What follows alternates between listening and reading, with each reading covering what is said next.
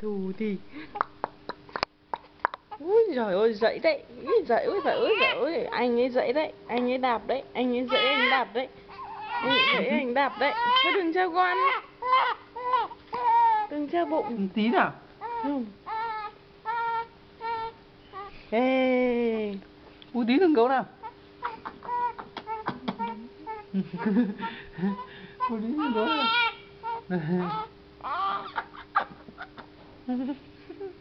Ui tí đừng gấu đấy.